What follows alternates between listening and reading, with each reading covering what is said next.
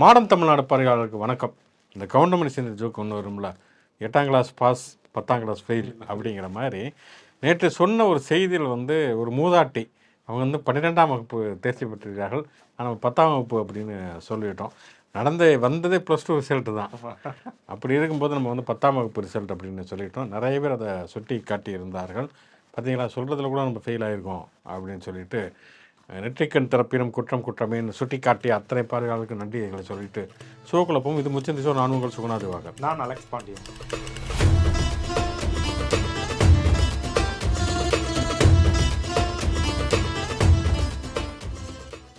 இன்றைக்கு வரலாற்றில் ஒரு மிக முக்கியமான ஒரு நாள். 1921 இதே நாளில் தான் நீதி கட்சியினுடைய ஆட்சி காலகட்டத்தில் பெண்களுக்கு வாக்குரிமை அளிக்கப்பட்டது அப்படிங்கிறத பார்க்கலாம். தமிழ்நாட்டில் அப்போ தான் முதலாக இன்னும் சொல்லப்போனால் இந்தியாவிலே முதலாக பெண்களுக்கு வாக்குரிமை வழங்கப்பட்ட நாள் அப்படின்னு சொல்லலாம். ஏன்னா வாக்குரிமை அல்லது தேர்தல் ஜனநாயகம் என்கிற ஒன்று உருவான காலகட்டத்தில் மன்னராட்சியெல்லாம் முடிந்து மக்களாட்சி என்கிற ஒன்று உருவாகிறது. மக்களாலேயே தேர்ந்தெடுக்கப்பட்ட மக்கள் பிரதிநிதிகள் மக்களை ஆள்வது அப்படிங்கிற ஒரு நாடாளுமன்ற தேர்தல் ஜனநாயகம் நடைமுறைக்கு வந்தபோது கூட ஒரு முழுமையான ஒரு தேர்தல் ஜனநாயகங்கிறது வரலை. யாருக்கு வாக்களிக்கக்கூடிய உரிமைகள் இருந்தது, அல்லது ஒரு அமைச்சரவை அமைகிறதுனா அதற்குடைய அதிகாரம் என்ன அப்படிங்கிறப்ப அது ஒரு வரையறுக்கப்பட்ட அதிகாரமாகவும் வரையறுக்கப்பட்ட வாக்காளர்களாகவும் தான் இருந்தாங்க. இங்கே சென்னை மாகாணத்தில் எடுத்து பார்த்தோம் அப்படின்னு சொன்னால் வாக்குரிமை அப்படின்னு பார்த்தோம்னா வரி செலுத்துபவர்களுக்கு தான் அதிகமாக இருந்தது. மிக எளியவர்கள், ஏழை அடித்தட்டு மக்கள், இவர்களுக்கெல்லாம் வாக்குரிமைங்கிறது இல்லாத ஒரு சூழல். அதே மாதிரி ஒரு அமைச்சர், இப்போ நீதிக்கட்சி அமைச்சரவை ஒன்று அமைந்தால் கூட 100% அவங்க சுதந்திரமாக செயல்பட முடியாது. அன்றைக்கு இரட்டை ஆட்சி முறை. அப்படி இருக்கக்கூடிய ஒரு சூழலில் 3 அமைச்சர்கள் மட்டும்தான் அவங்க நியமிக்க முடியும். பிரிட்டிஷ் அரசனுடைய ஆதிக்கம் என்பது அதிகமாக இருந்தது. அதை தாண்டி அதுக்குள்ளே என்னென்ன பண்ண முடியும் அப்படிங்கிற ஒரு விஷயத்தையுமே அமைச்சரவை செய்ததை பார்க்குறோம். இது இந்தியாவில் மட்டும் கிடையாது, உலகம் முழுக்கவே பெண்களுக்கான வாக்குரிமை அப்படிங்கிறது உடனடியாகலாம் விடவில்லை. அது மிகப்பெரிய போராட்டங்களுக்கு பிறகுதான் பெண்களுக்கான வாக்குரிமையெல்லாம் வந்தது அப்படிங்கிறத பார்க்கிறோம். முதல்ல ரஷ்யாவில் தான் பெண்களுக்கு வாக்களிக்கக்கூடிய உரிமைங்கிறது வருகிறது. பின்னால் இங்கிலாந்துடைய சில பகுதிகளில், ரஷ்யாவுடைய சில பகுதிகளில் இந்த மாதிரி தான் வரக்கூடிய ஒரு சூழலில் தான் சென்னை மாகாணத்தில் முதலாக நீதி கட்சியுடைய ஆட்சி காலகட்டத்தில், படகளரசுடைய ஆட்சி காலகட்டத்தில் 1921ஆம் நாள் ஒரு அரசாணையின் மூலம் பெண்களும் வாக்களிக்க முடியும் என்கிற உரிமை உறுதி செய்யப்பட்ட நாள் இன்றைக்கு. அதற்கு பிறகு வாக்களிக்கக்கூடிய உரிமையை தாண்டி அவர்கள் சட்டமன்ற உறுப்பினராகவும் தேர்ந்தெடுக்கப்படலாம் அல்லது நியமனம் செய்யப்படலாம் அப்படிங்கிற ஒரு சட்டத்தையுமே கூட நீதிக்கட்சி அரசு கொண்டு வருகிறது. அதற்கு பிறகு கிட்டத்தட்ட 6 ஆண்டுகளுக்கு பிறகு அன்னைக்கு முத்துலட்சுமி ரெட்டி அம்மையார் நிற்கிறாங்க. தேர்தல் மூலம் தேர்ந்தெடுக்கப்பட முடியாத ஒரு சொல்ல அவங்க நியமன உறுப்பினராக நியமிப்பது அப்படின்னு சொல்லிட்டு சபாநாயகராக உங்களை துணை சபாநாயகராக இருந்து அவையை நடத்தக்கூடிய ஒரு அதிகாரத்தையுமே கூட நீதி கட்சி தருகிறது. உலகத்திலேயே முதலாக ஒரு பெண் தலைமையேற்று ஒரு அவையை நடத்தியதுங்கிறது அப்போ தான் 1927. இது ரெண்டுமே நீதி கட்சியினுடைய ஆட்சி காலகட்டத்தில் தான் நடந்தது என்பது மிக மிக முக்கியமான ஒரு விஷயம். ஆனால் அதோட தொடர்ச்சியாக இப்போ கலைஞர் முதலமைச்சர் ஆகும்போது உள்ளாட்சி அமைப்புகளில் 33% இடஒதுக்கீடு பெண்களுக்கு அப்படின்ட்டு ஒன்று சட்டம் இயற்றி கொண்டு வந்தார். அது இப்போ 50% உயர்ந்து முதல் முறையாக இப்போ தமிழ்நாடு முழுக்க இருக்கிற மேயர்களில் 50% மேயர்கள் பெண்கள் அப்படிங்கிற நடைமுறை தமிழ்நாட்டில் 50%க்கு மேலேயே பெண்கள் இருக்காங்க. ஆக்சுவலாக 33% கலைஞர் கொண்டு வந்தார். பின்னால் ஜெயலலிதா ஆட்சி காலகட்டத்தில் 50% உயர்த்தப்பட்டது. இன்றைக்கி 50%க்கு மேற்பட்ட பெண் மேயர்கள் தமிழ்நாட்டில் இருக்கிறாங்க அப்படிங்கிறது உண்மையிலேயே மகிழ்ச்சிக்குரிய ஒரு விஷயம். ஆனால் இதில் என்னன்னா இப்போ உள்ளாட்சி பதவிகளை பொறுத்த வரைக்கும் பெண்களுக்கான இடஒதுக்கீடுகள் நடைமுறைப்படுத்தப்பட்டது. ஆனால் சட்டமன்றத்திலையும் சரி நாடாளுமன்றத்திலையும் சரி பெண்களுக்கு அந்த பதவிகளில் இடஒதுக்கீடு கொடுப்பது அப்படிங்கிறது மத்திய அரசினுடைய நாடாளுமன்றத்தில் சட்டம் நிறைவேற்றப்பட்டு தான் கொண்டு வரப்பட வேண்டும். அது கிட்டத்தட்ட நமக்கு தெரிந்து ஒரு 20-25 ஆண்டு காலமாகவே அந்த சட்டம் ஒரு இழுபறியிலே இருக்கிறது. கடைசியாக மோடியினுடைய அந்த 10 ஆண்டு ஆட்சி காலம் முடிகிறப்ப திடீர்னு ஒரு சிறப்பு கூட்டத்தொடர் நடத்தி பெண்களுக்கு இடஒதுக்கீடு மசோதாவை கொண்டு வரணும் அப்படிங்கிற மாதிரிலாம் அறிமுகப்படுத்தினார்கள். கிட்டத்தட்ட எல்லா கட்சிகளுமே அதை ஏற்றுக்கொண்டார்கள். ஏன்னா அது அறிமுகப்படுத்தப்பட்ட காலகட்டங்களில் ஒரு பெரிய சர்ச்சை இருந்தது. இன்றைக்கும் கூட அந்த சர்ச்சைகள் நியாயம் இருக்கிறது. இந்த இடஒதுக்கீடு பெண்களுக்கு நடைமுறைப்படுத்துகிற பொழுது சாதி அடிப்படையிலான இடஒதுக்கீடும் நடைமுறைப்படுத்தப்பட வேண்டும். அப்படி நடைமுறைப்படுத்தப்படவில்லை என்று சொன்னால் பார்ப்பனர்கள் மற்றும் உயர்சாதி பெண்கள் மட்டும்தான் மீண்டும் மக்கள் பிரதிநிதித்துவத்தை பெறக்கூடியவர்களாக இருப்பார்கள். எனவே பட்டியலின பிற்படுத்தப்பட்ட பழங்குடியினர் அவர்களுக்குமே பெண்களுக்குமே இடஒதுக்கீடு வேண்டும் என்கிற முழக்கங்களை எல்லாம் அன்னைக்கு லல்லு பிரசாத் யாதவாக இருக்கட்டும், முலாயம் சிங் யாதவாக இருக்கட்டும், அவங்கெல்லாம் வைத்தார்கள். இன்றைக்கு அதெல்லாம் வைக்க வேண்டிய அதே நேரத்தில் பெண்களுக்கான இடஒதுக்கீடு முதல்ல நடைமுறைப்படுத்தப்பட வேண்டும் என்கிற குரல்களுமே ஒழித்தன. அப்படி மோடியினுடைய அந்த கடைசி 10 ஆண்டு ஆட்சி காலகட்டத்தில் நடைமுறைப்படுத்தப்பட்ட மசோதாங்கிறது அதோட அன்னையோடு முடிஞ்சு. இது இப்போ இவர் ஆட்சிக்கு கிட்டத்தட்ட ஓராண்டு ஆக போகிறது. அதை பற்றி பேச்சுவார்த்தையே கிடையாது. அதை தவிர மற்ற எல்லாமே பேசிகிட்டு இருக்கிறாங்க அப்படிங்கிறதையும் பார்க்குறோம். எனவே உள்ளாட்சி பொறுப்புகளை தாண்டி சட்டமன்றத்திலும் நாடாளுமன்றத்திலும் கூட பெண்களுக்கான இடஒதுக்கீடுங்கிறது நடைமுறைப்படுத்தப்பட வேண்டும். எப்படி வந்து ஒடுக்கப்பட்ட பட்டியலின மக்களுக்கு எப்படி ரிசர்வ்டு தொகுதி இருக்கிறதோ அதே போல் பெண்கள் மட்டுமே நிற்கக்கூடிய ரிசர்வ்டு தொகுதி என்பதுமே நடைமுறைக்கு வர வேண்டும். சட்டமன்ற நாடாளுமன்ற பொறுப்புகளில் கண்டிப்பாக அதற்கான காலம் விரைவில் கனியும். அதற்கு இந்த நீதி கட்சி ஆட்சி காலகட்டத்தில் வழங்கப்பட்டக்கூடிய பெண்களுக்கான வாக்குரிமை வழங்கப்பட்ட நாள் என்பது ஒரு தொடக்கமாக இருக்கும் அப்படின்னு நம்புவோம். இந்த முதல்ல அந்த கவுண்டமணி செந்தில் ஜோக் சொன்னது மாதிரி இந்த சூரி ஜோக் ஒன்று பயங்கர டெம்ப்ளேட்டாக இருக்கும் தேசிங்க ராஜான்ற படத்தில். இப்போ தேசிங்க ராஜா பார்ட் 2 கூட வந்து வெளியிட போகிறாங்க. அதுக்கான ஃபர்ஸ்ட் லுக் போஸ்டர்லாம் வெளியிட்டிருக்கிறாங்க. அப்போ வந்து சொல்லுவாங்க வந்து சூரியும் ரவி மரியான் அவருடைய அந்த ஜோக் ஒன்று வரும் வந்து இல்லை மாமா அப்படின்னு சொல்லிட்டு ஒன்று அவர் சொல்லுவார், அதை மறுத்துட்டு இல்லை மாமா அப்படின்னு சொல்கிற மாதிரியான ஒன்று வரும். அது மாதிரி பார்த்தோம்னா ஆப்ரேஷன் சிந்தூருக்கு எல்லாருமே போட்டி போட்டுருக்காங்க மாமா. எதுக்கு மாப்பிள்ள போருக்கு எல்லாரும் போகிறதுக்கா? இல்லை மாமா அந்த டைட்டில் யார் வைக்கிறது அப்படிங்கிற மாதிரி வந்து பாலிவுட் இயக்குநர்கள் அத்தனை பேர் போட்டி போட்டிருக்காங்களா ஆப்ரேஷன் சிந்தூர் அப்படின்னு டைட்டில் வைப்பதற்காக. இது என்ன கொடுமை பாருங்கள், ஒரு போர் நடந்துகிட்டு இருக்குது. அந்த போரில் வந்து ஏகப்பட்ட அசம்பாவிதங்கள் பல்வேறு விதமான சர்ச்சைகள் எல்லாமே நடந்துகிட்டு இருக்கக்கூடிய சூழலில் எப்படியாவது அதை வச்சு வந்து கல்லாகட்டிட வேண்டும், பிஸ்னஸ் பார்த்துட வேண்டும் என்பது மட்டுமே நோக்கமாக வைத்து ஒரு திரைப்படத்தை எடுப்பதற்காக எத்தனை பேர் போட்டி போடுறாங்கன்னா இது உண்மையிலேயே வந்து இது ஒரு போற்றத்தக்க பாராட்டத்தக்க ஒரு காரியம் அப்படின்னே சொல்ல முடியாது. இந்த வேலையை முதல்ல பண்ணது அம்பானி தான். அவர் ரிலையன்ஸ் நிறுவனம் சார்பாக அதை வந்து ஒரு தொழில் நிறுவனத்தோட பேராக பதிவு செய்யறதுக்காக ஆப்ரேஷன் சிந்தூர் அப்படிங்கிறத தொழில்துறையில் வந்து பதிவு செஞ்சுருந்தாரு. அப்புறம் அதை தொடர்ந்து இன்னும் பல கம்பெனிகள் போய் ஒரு 10 பேர் அப்ளை பண்ணியிருக்காங்கன்னா முன்னுரிமை அடிப்படையில் அதை கொடுப்பாங்க. பட் ஆனால் இது சர்ச்சையாகி இதை வந்து நீங்கள் வந்து ஒரு தொழில் நிறுவனத்துக்கு வச்சு அதுலேருந்து காசு பார்க்குறீங்களான்ட்டு ஒரு சர்ச்சை எழுந்தோன்னே அம்பானி வந்து அதுலேருந்து அந்த விண்ணப்பத்தை வாபஸ் வாங்கிட்டாரு. இப்போ சினிமா இயக்குநர்கள் தயாரிப்பு நிறுவனங்கள் போது இன்னொன்று பேர் வைக்கிறதும் நடந்துட்டு இருக்கு. பிறக்கிற குழந்தைகளுக்குலாம் பஞ்சாப்ல வந்து ஒரே நாள்ல 13 குழந்தைகளுக்கு சிந்தூர் அப்படின்னு சொல்லி பேர் வச்சிருக்காங்களாம். ஆனா இந்த போட்டியில கடைசியில் அக்ஷய்குமார் தான் ஜெயிப்பார். ஏன்னா இதெல்லாம் அவரோட கோட்டா. அவரு தான் அந்த கேப்டனா பதவியேற்று படத்துல போய் பாகிஸ்தானை வெற்றி கொண்டுட்டு வருவார்.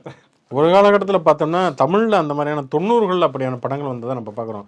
தேசபக்தி பாகிஸ்தான் தீவிரவாதிகளுக்கு எதிராக தமிழ்லே விஜயகாந்த் பேசி அவரெல்லாம் திருத்தக்கூடிய விஷயங்களை நம்ம பார்த்துருக்குறோம். ஆனால் அதற்கு பிறகு கிட்டத்தட்ட ஒரு 30 ஆண்டுகளாக அந்த மாயை இந்த மோகங்கிறது தமிழ்நாட்டை பொறுத்த வரைக்கும் ஒளிந்து விட்டது அப்படின்னே சொல்லலாம். இப்போல்லாம் பார்த்தோம்னா சிரிக்கக்கூடிய ஆட்கள் தான் அதிகமாக இருக்கிறார்கள். ஆனால் வடநாட்டில் அது வந்து அந்த மோகம் வந்து தீரவே இல்லை. இன்னும் சொல்லப்போனால் அந்த கான் நடிகர்கள் அவர்களே அதை வச்சு தான் வந்து ஒரு தேசபக்தி படங்களை எடுப்பது அப்படிங்கிறது அவங்களுக்குள்ள வந்து ஒரு போட்டி போடக்கூடிய ஒரு மிகப்பெரிய அவலம் நடக்கும். இன்னும் சொல்லப்போனால் அவங்க வந்து முஸ்லீம்கள் பிறப்பின் அடிப்பில் முஸ்லீம்கள்னால அவங்க தேசபக்தி நிரூபிச்சே ஆகணுங்கிறதுக்காகவே வந்து பயங்கரமான படங்கள்லாம் எடுப்பார்கள். பதான்லேருந்து ஆரம்பித்து பல படங்களை எடுத்து புல்லரிக்க வைப்பார்கள் அப்படிங்கிறத நம்ம பார்க்கிறோம்.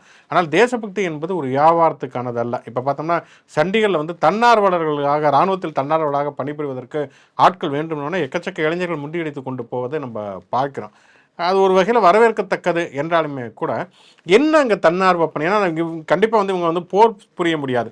ஆயுத பயிற்சி இல்லாமல் அல்லது முறைப்படியான பயிற்சிகள் இல்லாமல் யாரும் வந்து உடனடியாக போருக்கெல்லாம் போய்விட முடியாது. அப்படி போருக்கு போனால் அது வந்து எதிர்மறையான ஒரு விளைவுகளை தான் ஏற்படுத்தும். அப்படி இருக்கக்கூடிய சூழலில் அங்கே வந்து தன்னார்வ பணினா ஒரு முதலுதவி அளிக்கக்கூடியதாக இருக்கலாம், அல்லது வந்து அந்த இராணுவ வீரர்களுக்கு உதவக்கூடிய பணிகளாக இருக்கலாம். அது என்ன பணிகள் அப்படிங்கிறது முறைப்படுத்தப்பட வேண்டும். இன்னொன்று நீங்கள் இராணுவத்தை எடுத்து பார்த்தீங்கன்னா வந்து முழுக்க வந்து இராணுவம் வந்து தேசப்பற்று இது போர் இராணுவம் இதெல்லாம் பேசக்கூடிய இதே மோடி அரசு தான் வந்து நிரந்தரமாக இராணுவ வீரர்களை வந்து நியமிக்காமல் அக்னிபாத் திட்டத்தின் மூலம் தற்காலிக இராணுவ ஊழியர்களை வந்து நியமித்தது அப்படிங்கிற ஒரு விஷயத்தையுமே பார்க்கிறோம். அதுலேருந்து நிறைய விமர்சனங்கள் சர்ச்சைகள் இருந்ததை பார்க்கிறோம். அதனால் வந்து இளைஞர்களை வந்து எடுப்பதற்கு முன்னால் அவர்களுக்கு போதிய பயிற்சிகள் அளிக்கப்பட வேண்டியது மிக மிக முக்கியமான ஒரு விஷயம். ஆனால் இதில் கூட பார்த்தோம்னு சொன்னால் வந்து இப்படி வந்து முண்டியடிக்கக்கூடிய இளைஞர்கள் எல்லாருமே வந்து மிக சாதாரணமாக ஒரு அடித்தட்டு சமூகத்தை சேர்ந்த அல்லது வேலைவாய்ப்பு இல்லாத அல்லது உண்மையிலேயே தேசபக்தியுடைய இளைஞர்களாக கூட இருக்கலாம். ஆனால் இந்த ட்வீட்டில் உட்காந்துட்டு தேசபக்தி ட்வீட் போட்டு கொண்டிருக்கக்கூடிய சங்கிகள் இருக்காங்க பார்த்தீங்களா, அவங்கெல்லாம் வந்து அமெரிக்கா விட்டும் வர மாட்டாங்க அல்லது அவங்க சேஃப் ஜோன் விட்டும் வர்றது கிடையாது. வந்து மற்றவங்களை தூண்டி விட்டு மட்டுமே வந்து வேடிக்கை பார்க்கக்கூடியவர்களாக இருக்கிறார்கள். தொடர்ச்சியாக போர் செய்திகள் நம்ம வந்து கிட்டத்தட்ட வந்து நம்ம பேசுறது கண்டென்ட்டே இல்லைங்கிற அளவுக்கு எல்லா மீடியாவை திறந்தாலுமே தொடர்ச்சியாக போர் செய்திகளை தான் நம்ம பார்த்து கொண்டே இருக்கிறோம். நம்ம முதலே சொன்னது மாதிரி போரில் முதலில் கொல்லப்படுவது உண்மைதாங்கிற அடிப்படையில் எது உண்மை எது பொய் அப்படிங்கிறத வந்து நிறைய குழப்பமாக இருக்கிறது. இப்போ பார்த்தோம்னா வந்து ஆப்கானிஸ்தான் போய் குண்டு விழுந்திருக்கிறது. இது வந்து இந்தியா தான் போட்டுன்னு சொல்லி பாகிஸ்தான் சொல்லுகிறது அல்லது பாகிஸ்தான் போட்டதாக இந்திய தரப்பு சொல்லுவதை நம்ம பார்க்கிறோம். இப்போ வந்து சீனா வந்து இதில் வந்து போரை வந்து நிறுத்த வேண்டுங்கிறது அமெரிக்கா சொல்லுகிறது. அப்படிங்கிறப்ப வந்து போர் குறித்த செய்திகள் தொடர்ச்சியாக வந்து கொண்டு இருக்கக்கூடிய சூழலை நாம் மீண்டும் மீண்டும் வலியுறுத்துவது அப்படிங்கிறது ஒன்றே ஒன்று தான். பயங்கரவாத தாக்குதல் தடுத்து நிறுத்தப்பட வேண்டும், பயங்கரவாதத்திற்கு முற்றுப்புள்ளி வைக்க வேண்டும் என்பது எந்த அளவுக்கு முக்கியமோ அதுபோல் வன்முறைக்கு முடிவு கட்டுவதும், போர் என்பது எப்போதும் எந்த ஒரு பிரச்சனைக்குமே தீர்வு கிடையாது என்பதை நம்ம மீண்டும் மீண்டும் வலியுறுத்த வேண்டிய ஒரு அவசியம் இருக்கிறது. நேற்று வந்து கிறிஸ்டோபர் நோலன், தமிழ்நாட்டின் கிறிஸ்டோபர் நோலனும் பதிவு போட்டிருந்தாரு. அவர் மனம் ஏங்குதான், நான் வந்து பார்டர்ல இல்லையே, தன்னார்வலாம் கூப்பிட்டுருக்காங்களே, அவரும் ராஜேந்திர பாலாஜிலாம் ஒரு ட்ரெயின் ஏற்றி அனுப்பிச்சு விட்டலாமே. அனுப்பலாம். இந்த போர்லாம் ஆரம்பிக்கிறதுக்கு முன்னாடியே அமர் பிரசாத் ரெட்டின்னு ஒருத்தர் இருக்காரு, அதுதான் அண்ணாமலையோட ரைட் ஹேண்டா இருந்தவர். இணைய படையெல்லாம் உருவாக்கி வச்சிருந்தாங்க. என்ன பண்ணுவாங்கன்னாக்கா, ஆன்லைன்ல வந்து எதிர்கட்சிகளை திட்டுறது, கேவலமா கழுவி ஊத்துறதுங்கிறது. அண்ணாமலை வந்து தலைவர் பதவியில் வந்து நீக்கிறாங்கன்னு அறிவிப்பு வந்தோன்னே பாஜகவையே கழிவு ஊத்துற வேலையெல்லாம் பார்த்தாங்க. அவர் வந்து என்ன பதிவு போட்டிருக்காருனாக்கா, நான் வந்து இந்த கம்ப்யூட்டர்லாம் ஹேண்டில் பண்றது, சைபர் அதெல்லாம் வந்து கொஞ்சம் திறமை இருக்கு, அதனால நீங்க ராணுவம் வந்து என்ன அதுக்கு பயன்படுத்திக்கலாம் அப்படின்லாம் போட்டிருக்காரு. எனக்கு தெரிஞ்சு அவங்களுக்கு இருக்கிற ஒரே திறமை வந்து அடுத்தவங்க பெட்ரூமில் போய் வீடியோ எடுக்கக்கூடிய திறமைகள் தான். அதனால் பாகிஸ்தானுக்கு அனுப்பிச்சு விடலாம் எல்லாத்தையும். ஆமாம், அதனால் வந்து தேசபக்தி அப்படிங்கிறத கேலி கூத்தாக்கி விட வேண்டாம் அப்படிங்கிறத நம்ம மீண்டும் மீண்டும் சொல்கிறோம். நடிகை ஆண்ட்ரியா கூட இதில் வந்து தொடர்ச்சியாக ரொம்ப சென்சிட்டிவாக பேசிகிட்டு இருக்கிறாங்க. ஏன்னா பொதுவாக வந்து நடிகர்கள் ரொம்ப சென்சிட்டிவாக பேசுகிறது ரொம்ப ரொம்ப அரிது. நீங்கள் சொன்ன மாதிரி அக்ஷய்குமார் மாதிரி நாட்கள் தான் அதிகம். உடனே வந்து போர், ரத்தம் துடிக்கிறது, நரம்பு வெடிக்கிறது அப்படின்னு சொல்லிட்டு. அதுவும் நடிகைகள் அப்படிங்கிறப்ப வந்து அவங்களுக்கு இருக்கக்கூடிய ஸ்பேஸுங்கிறது ரொம்ப ரொம்ப குறைவு. நடிகளுக்கு இருக்கக்கூடிய ஸ்பேஸுங்கிறது நடிகளுக்கு கிடையாது. அப்படி வந்து தப்பித்தவர்கள் ஏதாவது பேசிட்டா கூட அவங்க மேலே பாய்ந்து குதிர்வதற்கு வந்து ஒரு மிகப்பெரிய கூட்டமே தயாராக இருக்கக்கூடிய ஒரு சூழ்நிலையில் அவங்க வந்து ரொம்ப துணிச்சலாகவே ஒரு கவிதையை கூட இன்றைக்கு வந்து செய்திருக்கிறார்கள் அப்படிங்கிறத நம்ம பார்க்கிறோம். போர் எந்த வகையிலுமே பார்த்தோம்னு சொன்னால் அது மிகப்பெரிய பேரழிவை தான். முதல்ல பார்த்தோம்னா ரொம்ப மகிழ்ச்சிகரமாக ஏதோ ரிவெஞ்சிங், ஒரு பழிவாங்குதல் அப்படிங்கிற மாதிரியானதாகத்தான் இருக்கும். ஆனால் இறுதியில் வந்து அந்த போர் வந்து யாருக்கு எதிராக தொடங்கப்பட்டதோ அல்லது வந்து யாருடைய ஒரு ஆதிக்கத்திற்கு வந்து முற்றுப்புள்ளி வைக்க வேண்டும் என்பதற்காக ஒரு போர் தொடங்கப்பட்டதோ அதற்கு சம்பந்தம் இல்லாத நிறைய பேர் வந்து பாதிக்கப்படுவார்கள் அப்படிங்கிறதான் போருடைய விளைவுகள் நமக்கு தெரியும். இது உலகம் முழுக்க இருக்கக்கூடிய 2ஆம் உலகப் போராக இருக்கட்டும் அல்லது இலங்கையில் நடைபெற்ற போராக இருக்கட்டும், எல்லா போர்களுடைய முடிவுகள் என்பதுமே அது மிகப்பெரிய பேரழிவைத்தான் கொண்டு வந்து சேர்த்திருக்கிறது என்பதை தான் நாம் மறுபடியும் சொல்ல வேண்டிய ஒரு கட்டாயத்தில் நம்ம இருக்கிறோம். அந்த 26 பேர் கொல்லப்பட்ட போதே வந்து தீவிரவாதிகள் 26 பொதுமக்களை கொன்னாங்க. அதை வந்து நீங்க இந்து முஸ்லீம் கலவரமா மாத்தி வெறுப்புணர்வை வந்து உண்டாக்காதீங்க அப்படின்ட்டு பதிவிட்டிருந்தாங்க. அதையும் நம்ம சொல்லியிருந்தோம். இப்போ வந்து ஒரு பாலஸ்தீன கவிஞர், அவரோட பாலஸ்தீனம்ங்கிறது பல போர்களை கண்ட ஒரு நாடு, பாலஸ்தீன கவிஞரோட போர் குறித்த ஒரு கவிதையை வந்து பகிர்ந்திருக்காங்க. அவரோட சாராம்சம் என்னன்னா, போர் நடக்குது, போர் ஒரு இடத்துல முடிஞ்சு 2 நாட்டு தலைவர்களும் போர் நிறுத்த உடன்படிக்கைன்னு சொல்லி கை குலுக்கிட்டு போட்டோ போஸ்ட் கொடுத்து போயிடுவாங்க. பட் ஆனால் அதுக்கான விலை வந்து பொதுமக்களாக நம்ம தான் கொடுத்துருப்போம். இப்போ பொதுமக்கள் தான் லட்சக்கணக்கான பேர், ஆயிரக்கணக்கான பேர் இறந்து போயிருப்பாங்க அப்படிங்கிறத 5 வரியில போட்டிருந்தாங்க. ரொம்ப நல்ல கவிதையா இருந்துச்சு. எடப்பாடி பழனிசாமி நேற்று நம்ம அந்த எடப்பாடி பழனிசாமியோட ராணுவ வெறியை பற்றி நம்ம பேசியதற்கு பிறகு பயங்கரமாக வைரலாகி இருக்கிறத நம்ம பார்க்கிறோம். ஆனால் என்னன்னா வந்து அவருக்கே ஒரு உள்நாட்டு யுத்தம் ஆரம்பித்திருக்கிறது. அதிமுக வந்து நெல்லை பிரிவை சேர்ந்தவர்கள் வந்து ஒரு கடிதம் எழுதியிருக்காங்க எடப்பாடி பழனிசாமிக்கு. எப்படியாக இருந்தாலும் திருநெல்வேலி, பாளையங்கோட்டை 2 சட்டமன்ற தொகுதியிலையும் கண்டிப்பாக ஏடிஎம்கே தான் நிற்கணும், அப்படின்னா கட்சியை அழிந்து விடும் அப்படின்னு சொல்லிட்டு கடிதத்தை எழுதியிருக்கிறார்கள் அப்படிங்கிறத பார்க்குறோம். ஆக மொத்தம் என்னென்னா வந்து நமக்கு நல்லா தெரியும் வந்து அங்கே நயினார் நாகேந்திரன் தான் தமிழ்நாடு பாஜகவோட தலைவராக இருக்கிறார். அவர் நெல்லையை சேர்ந்தவர் அப்படிங்கிறனால அந்த பகுதியை அபேஸ் பண்ணிட்டு போயிடுவாங்க, அப்படி நடத்துவதற்கு விடாதீர்கள், நெல்லை பாளையங்கோட்டைங்கிறது ஏடிஎம்கேட கோட்டை, அது எந்த காலகட்டத்திலும் வந்து விட்டு விடாதீர்கள் அப்படிங்கிற ஒரு அதிருப்தி குரல் அதிமுக எழுந்திருப்பதை பார்க்கிறோம். இப்படி எல்லா பகுதிகளும் அதிருப்தி குரல் எழ ஆரம்பித்து விட்டது என்று சொன்னால் அதிமுக பாஜக கூட்டணி நிலைமை என்ன ஆகும், எடப்பாடி பழனிசாமி நிலைமை என்ன ஆகும் என்பதுதான் ஒரு மிகப்பெரிய கேள்விக்குறியாகவே இருக்கும். ஏன்னா வந்து நீங்கள் தமிழ்நாட்டில் பார்த்தோம்னு சொன்னால் வந்து திமுக, அதிமுக அந்த 2 கட்சிகள் தான் பெரும் கட்சிகள். இப்போ பிஜேபியெல்லாம் வந்து ரொம்ப ரொம்ப மிக குறைவான வாக்கு சதவீதம் தான் இருக்கிறது.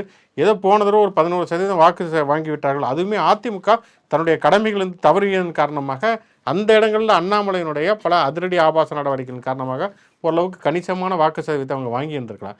அதுக்காக அதிமுக தன்னுடைய எல்லா உரிமைகளையும் கொஞ்சம் கொஞ்சமாக இழக்க ஆரம்பித்து விட்டால் அது அதிமுக அழிவுக்குத்தான் வந்து வழிவகுக்கும் என்பதை இதுவரைக்கும் வெளியில் இருந்தவங்க தான் சொல்லிக்கிட்டு இருந்தாங்க. இப்போ அதிமுக தொண்டர்களே உணர ஆரம்பித்து விட்டார்கள் என்பதனுடைய அறிகுறி தான் இந்த நெல்லை பாளையங்கோட்டையிலிருந்து வந்திருக்கக்கூடிய ஒரு எதிர்ப்பு குரல். அந்த லெட்டர் படிச்சோன்னா எடப்பாடி பழனிசாமி அதிர்ச்சி ஆயிருப்பாரு. இப்போ இன்னும் அங்கே கட்சி இருக்கா, இன்னும் அழியுமா அப்படின்ட்டு அவர் இங்கேயே தலைமையிலேயே வந்து கட்சியை தேடிக்கிட்டு இருக்காரு சேர்த்து வைக்கிறதுக்கு. நெல்லையெல்லாம் லேட்டாக தான் கவனிப்பாரு. நெல்லை எங்களுக்கு தொல்லை அப்படிங்கிற மாதிரி இருந்திருப்பாரு போல. செந்தமிழன் சீமான் இன்னைக்கு ஒரு பாட்டு ஒன்று ரிலீஸ் பண்ணியிருக்கிறாரு. அந்த பாட்டு வந்து யாருன்னா வந்து இயக்குனர் வா கௌதமன். வந்து பல வெற்றி படங்களை தந்தவர். அவர் மகிழ்ச்சின்லாம் ஒரு படம் வந்து நீலபத்மனுடைய ஒரு மிக முக்கியமான ஒரு நாவல். அந்த நாவலை வந்து படமாக தலைமுறைகள்ங்கிற ஒரு நாவல் தமிழுடைய மிகப்பெரிய கிளாசிக் லிட்ரேச்சர். அதை படமாக எடுக்கிறேன்னு சொல்லிட்டு அதை வந்து அப்படியே வந்து குப்புரை போட்டு வந்து குழந்தை காலத்தில் மிதிக்கிற மாதிரி ஒரு படத்தை மிதிச்சிருப்பா அப்படி, அவரே ஹீரோவாக வேறு நடிச்சிருப்பா அப்படி. அப்படிப்பட்ட இயக்குனர் கௌதமன் வந்து ஒரு படம் எடுத்திருக்கிறார். அந்த படத்துடைய தலைப்புங்கிறதே சாதிய ரீதியிலான தலைப்பு தான். அதுக்கு ஒரு கேப்ஷன் வைத்திருக்கிறாரு. அது வந்து அத்துமீறினால் யுத்தம் நிச்சயம் என்று சொல்லி ஒடுக்கப்பட்ட மக்களுடைய விடுதலை குரலாக ஒலித்த அத்துமீறு அடங்கமறு அப்படிங்கிறத வந்து அதற்கு எதிரான ஒரு சாதிய குரலாக ஒலிக்கக்கூடிய ஒன்று. அந்த அந்த பாட்டையும் பார்த்தீங்கன்னா வந்து சீமான் வெளியிடக்கூடிய பாட்டுங்கிறது முழுக்க சாதி ஆதிக்கத்தை நியாயப்படுத்தக்கூடிய ஒரு பாட்டாகவே இருக்கிறது. இது கொஞ்சம் கூட வெக்கம் இல்லாமல் இது ஒரு தமிழ் தேசிய பாட்டு அப்படின்னு சொல்லிட்டு சீமான் வெளியிட்டிருக்கார் என்பது உண்மையிலே வந்து அதிர்ச்சியெல்லாம் அளிக்கலை. ஏன்னா வந்து சீமானுடைய அரசியல் அப்படிப்பட்ட அரசியல் அப்படிங்கிறதுனால வந்து இது எங்கே கொண்டு போய் முடியும்னு. ஏன்னா ஏற்கனவே சீமான் வந்து ஒரு ட்ரெய்லர் ஒன்று வெளியிட்டிருந்தார். அந்த ட்ரெய்லர் முழுக்க கிறிஸ்தவர்களுக்கு எதிராக இந்துத்துவத்தினுடைய குரலாக ஒலிக்கக்கூடிய ஒரு ட்ரெய்லராக இருந்தது. அதை வந்து எடுத்தவர் வந்து இசக்கி கார்வன்ங்கிற ஒரு இயக்குனர். அவர் நாம் தமிழ் கட்சியுடைய ஆதரவாளராக இருந்து அப்புறம் ஏடிஎம்கே ஆதரவாளராக மாறி மறுபடியும் நாம் தமிழ் கட்சி ஆதரவாளராக மாறி எங்கே மாறி எல்லாமே ஒன்று தானே. அவர் வந்து ஏற்கனவே தமிழ் குடிமகன் அப்படிங்கிற ஒரு படத்தை வந்து சேரனை வைத்து இயக்கியிருந்தார். அந்த படம் வந்து நல்லா ஆரம்பிக்கிற மாதிரி ஆரம்பித்து அதுக்கப்புறமே வந்து பார்த்தோம்னா வந்து உலகத்திற்கு அத்தனை சொதப்பல்களையும் சேர்த்து வைத்த ஒரு படமாக இருக்கும். அதுவுமே வந்து கடைசியில் அவருடைய இரண்டாவது படங்கிறது எப்படி மோகன்ஜியோட படம் அந்த கிறிஸ்டோபர் நோலன் மாதிரியே வந்து கிறிஸ்துவர்களுக்கு எதிராக வன்மத்திக்கக்கூடிய இந்துத்துவ விசத்தை தாங்கி இருந்ததோ அதே போல் இந்த படத்தினுடைய இந்த பாட்டை வந்து முழுக்க மஞ்சள் சட்டையை போட்டு டான்ஸ் ஆடிக்கிட்டு இருக்கிற அப்படி வந்து படையாண்ட இனம் அப்படின்னு சொல்லிட்டு வந்து அவர் வந்து தன்னுடைய சாதியை வந்து நியாயப்படுத்துவதாகவும் ஒடுக்கப்பட்ட மக்களுக்கு எதிரான குரலை ஒலிப்பதாகவும் அந்த பாடல் இருக்கிறது. அது சீமான் வந்து வெளியிட்டிருக்காருங்கிறப்ப இவர்கள் பேசக்கூடிய இந்த வலதுசாரி தமிழ் தேசிய அரசியல் என்பது எங்கே கொண்டு போய் முடியும் அப்படிங்கிறது வந்து கண்டிப்பாக வந்து இது வந்து ஒரு சாதி ஆதிக்கத்தில் தான் கொண்டு போய் முடியும். இப்போ தோழர் தியாகு இருக்கிறார் அல்லது வந்து இப்போ பொலிலன் மாதிரியானவர்கள்லாம் வந்து பேசக்கூடிய ஒரு தமிழ் தேசிய அரசியல் என்பது ஒரு இடதுசாரி தமிழ் தேசிய அரசியலாக இருக்கிறது. ஆனால் ஜாதி ஆணவ கொலையே வந்து குடி ஆணவ கொலைன்னு சொல்லணும், ஜாதி ஆணவ கொலைன்னு சொல்லக்கூடாதுன்னு சொல்லிட்டு ஆணவ கொலை செய்கிறதுல இந்த பக்கம் கிடையாது. ஆனால் அதை வந்து பேர் மட்டும் வந்து தமிழ் பேராக வச்சுக்கணும் அப்படிங்கிற அளவுக்கான ஒரு சாதிய நியாயப்படுத்தலை செய்யக்கூடிய இந்த தமிழ் தேசிய அரசியல்ங்கிறது முழுக்க ஒரு வலதுசாரி அரசியலாகத்தான் இருக்குது. ஏன்னா வந்து அவங்க யார் தமிழர்கள்ங்கிறதே வந்து அவங்க ஒரு லேப் டெஸ்ட் வச்சுருக்கிறாங்க. அந்த லேபில் தான் வந்து இவர் என்ன சாதின்னு பார்த்தா இவர் தமிழரா இல்லையா அப்படிலாம் முடிவு பண்ணுவாங்க. இப்போ தமிழர் பெருமிதம் அப்படிங்கிற பேரில் ஜாதி பெருமிதத்தை முன்வைக்கக்கூடிய இந்த அரசியல்ங்கிறது மிகப்பெரிய அபாயகரமானது. அது தமிழர்களுக்கு எதிரானதாக தான் போய் முடியும். ஓகே, போர் செய்திகளை தாண்டியும் சில செய்திகளை ரொம்ப கஷ்டப்பட்டு பேசியிருக்கிறோம். ஏன்னா எல்லா ஊடகங்களையும் திறந்தாலுமே வந்து போர் செய்திகள் அங்கே ஒரு 4 செய்தி வந்தால் இவங்க அதை ஒரு 8 செய்தியாக்கி வந்து பேசுவது அப்படிங்கிறத நம்ம பார்க்குறோம். அதை தாண்டியும் பேச வேண்டிய சமூகத்தில் பேச வேண்டிய ஒரு விஷயம் இருக்கிறது அப்படிங்கிறத பார்க்குறோம். நேற்று கூட சொன்னோம்னு வந்து காயிதே மில்லத்தினுடைய பெயரில் ஒரு நூலகம் அமைக்கப்படும் என்று சொல்லி தமிழ்நாடு அரசு அறிவித்திருக்கிறது. உண்மையிலே ஒரு வரவேற்புக்குரிய ஒரு அறிவிப்பு அப்படின்னு சொல்லலாம். ஏன்னா பல பகுதிகளில் வந்து நூலகங்களை வந்து திறந்து வைப்பது அப்படிங்கிறது ஒரு கடமை மாதிரியே வந்து இந்த அரசாங்கம் செய்து கொண்டிருக்கிறது. கலைஞர் பெயரில், அப்புறம் காமராஜர் பெயரில், பெரியாருடைய பெயரில், இப்போ வந்து காயிதே மில்லத்தினுடைய பெயரில் வந்து நூலகம் வந்து அமைக்கப்பட வேண்டும். வாசிப்பு என்பது இன்றைக்கி வந்து குறைந்திருக்கக்கூடிய ஒரு சூழலில் இன்றைக்கி வந்து வாசிப்புங்கிறது வந்து வெறுமனே புத்தகங்களை தாண்டி இன்றைக்கி வந்து ஒரு டிஜிட்டல் வாசிப்பு அந்த மாதிரிலாம் போய்விட்டதை நம்ம பார்க்குறோம். அப்படி இருக்கக்கூடிய சூழலில் டிஜிட்டல் லைப்ரரியாகவும் அது இருப்பது, போட்டித் தேர்வுகளுக்கு படிப்பதுன்னு சொல்லிட்டு வாசிப்பினுடைய முக்கியத்துவம் என்பது இன்றைக்கு விரிவடைந்து கொண்டிருக்கக்கூடிய ஒரு சூழலில் நூலகங்களை அமைப்பதுங்கிறது. இப்போ நீங்கள் வந்து உத்தரப்பிரதேசம் போய் பார்த்தீங்கன்னா கோயில்களை கட்டுவது, மசூதிகளுக்கு காவி பெயிண்ட் அடிக்கிறது, இந்த மாதிரியான வரலாற்று கடமையாக அவர்கள் நினைக்கக்கூடிய பல விஷயங்களை செய்து கொண்டிருக்கிறார்கள். அதற்கு மாறாக நூலகங்களை வந்து தமிழ்நாட்டின் பல பகுதிகள் அமைப்பதுங்கிறது உண்மையிலே பாராட்டத்தக்க ஒன்று. ஏன்னா நூலகம் என்பதுதான் மிகப்பெரிய தலைவர்களை, சிந்தனையாளர்களை உருவாக்கி இருக்கிறது என்பதனுடைய அடிப்படைகளை கண்டிப்பாக வரவேற்கத்தக்க ஒன்று. இது மாதிரியான நிறைய விஷயங்கள் நாம் தொடர்ச்சியாக வந்து இந்த ஷோவில் நம்ம ஷேர் பண்ணிக்குவோம். அது குறித்து உங்களுடைய பொன்னான கருத்துக்களை பதிவு பண்ணுங்கள். 10ஆம் கிளாஸ் 8ஆம் கிளாஸ் பொறுத்த இது நாங்கள் தப்பாக பேசின விஷயங்களையுமே நீங்கள் வந்து பதிவு பண்ணுங்கள். அது எங்களை மேலும் வந்து எங்களை வந்து செழுமைப்படுத்திக் கொள்ள உதவும். தொடர்ச்சியாக மாடர்ன் தமிழ்நாடு யூடியூப் சேனலோடு தொடர்பில் இருங்கள். முச்சரி ஷோ லைக் பண்ணுங்கள், கமெண்ட் பண்ணுங்கள். மாடர்ன் தமிழ்நாடு சேனலுக்கு சப்ஸ்கிரைப் பண்ணுங்கள். யூடியூப் மாதிரியே மற்ற சமூக இணையதளங்களையும் நமக்கான பேஜஸ் இருக்குது, அங்கேயும் லைக் பண்ணி ஷேர் பண்ணி உங்களோட ஆதரவை தொடர்ந்து கொடுங்க. மீண்டும் ஒரு நிகழ்ச்சி சந்திப்போம்.